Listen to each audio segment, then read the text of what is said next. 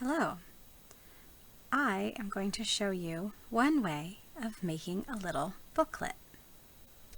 In my classroom, I typically use yarn or string, a hole punch, scissors, and a pencil. You can also quite easily do this with a stapler, or if you have another way to do it at home, go ahead.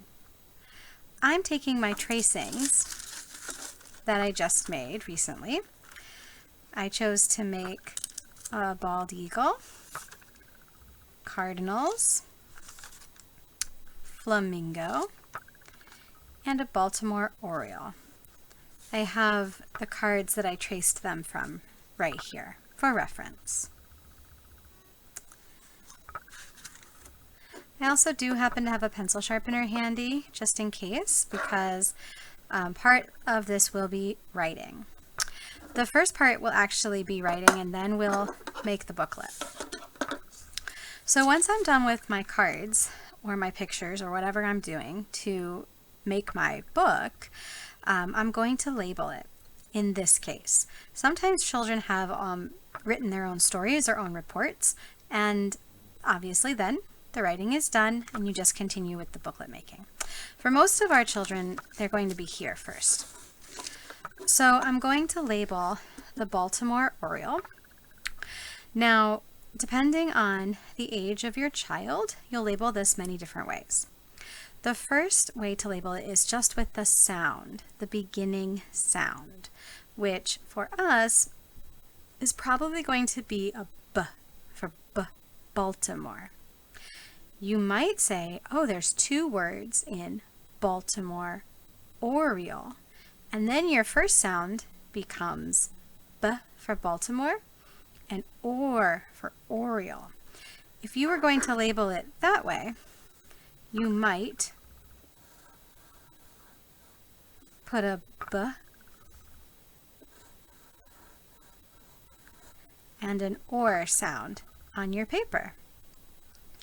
Often, if your child is at this stage, the adult needs to be the one writing the sounds.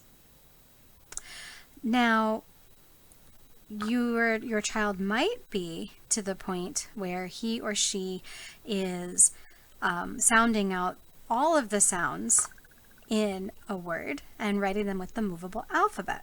If that is the case, then your child can take these pictures to their movable alphabet, write the words, and then you can either write them on the paper or your child can write them on the paper.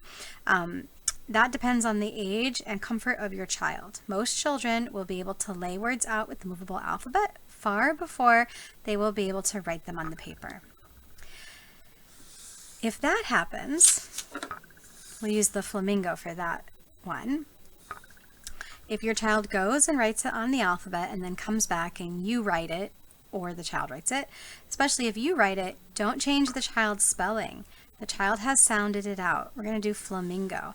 The child is going to sound out all the sounds in flamingo. It's probably going to be something like f, o, a, e, n, g, o.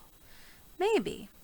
Those are all the sounds in flamingo that I hear. A child may hear less than that, or a child may repeat a sound, and you'll just copy it down exactly as the child wrote it.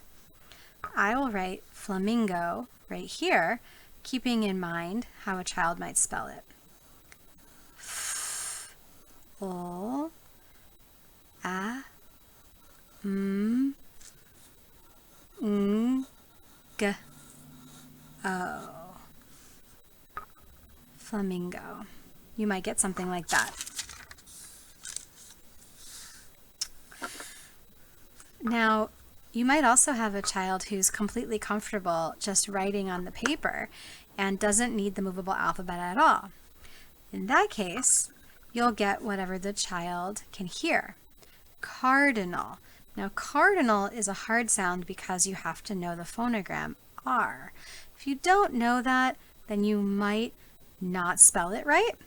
I'll show you. You might spell it like this. The child might spell it K, R, D, Cardinal.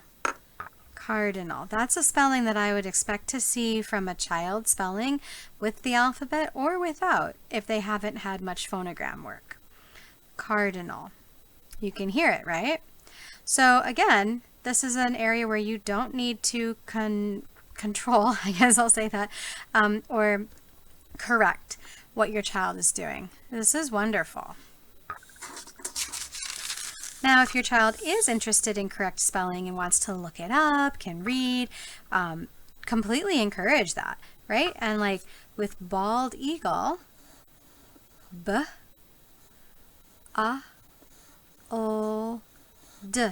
There's a good conversation to have about how this a changes sound for bald. And then e, g, oh, bald eagle. So there's a lot of different ways that this might turn out. Now, if your child knows the names of the birds or trucks or whatever that they are doing this with, they might insist that you go ahead and write the whole name out, even if you're only discussing the first sounds. That's okay. Do whatever your child really wants. So I'm going to just put these in order here that I decide. I'm just going to do it this way like we talked about. And now we're going to actually make the booklet. This, got to find the end. Here we go.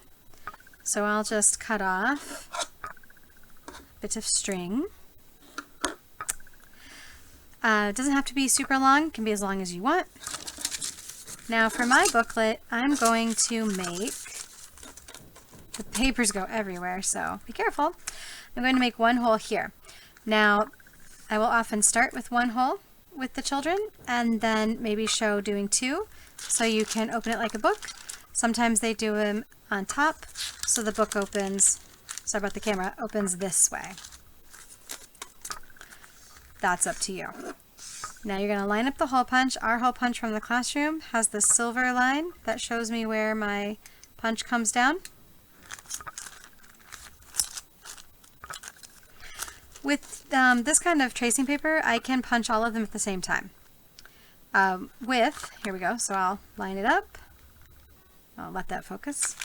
Punch, there we go. So with tracing paper, I can go through all at once. But with heavier paper, you're going to have to punch one at a time and then practice lining up the papers. That's why I don't recommend using a hole punch method really for really very large booklets. This is something that I do for like 4 to 6 to 8 pages. Okay, now we've got a hole here.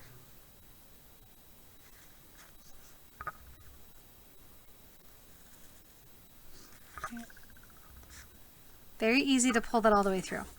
Now you can use your pencil again if you want. You can just lay it. There we go. You can see that. And then I'll tie it so that, sorry about all the shade here. It's hard to see. I'll tie it so that there's some room around the pencil. Now you can make a bow, you can make a knot, whatever works for you is fine. If I make a knot, I often do like at least 3 ties. Make sure it's really tight. Now what the pencil did was it gave us enough room on our knot that I can actually turn my pages. Without the pencil there, sometimes we tie too tightly. And there is my nice little book. You can see I can move this way. So like if I wanted to make another one here, I could. Or if I wanted to make one here. So it's very versatile and quite fun. I hope that you enjoy making lots of books of your own. Bye!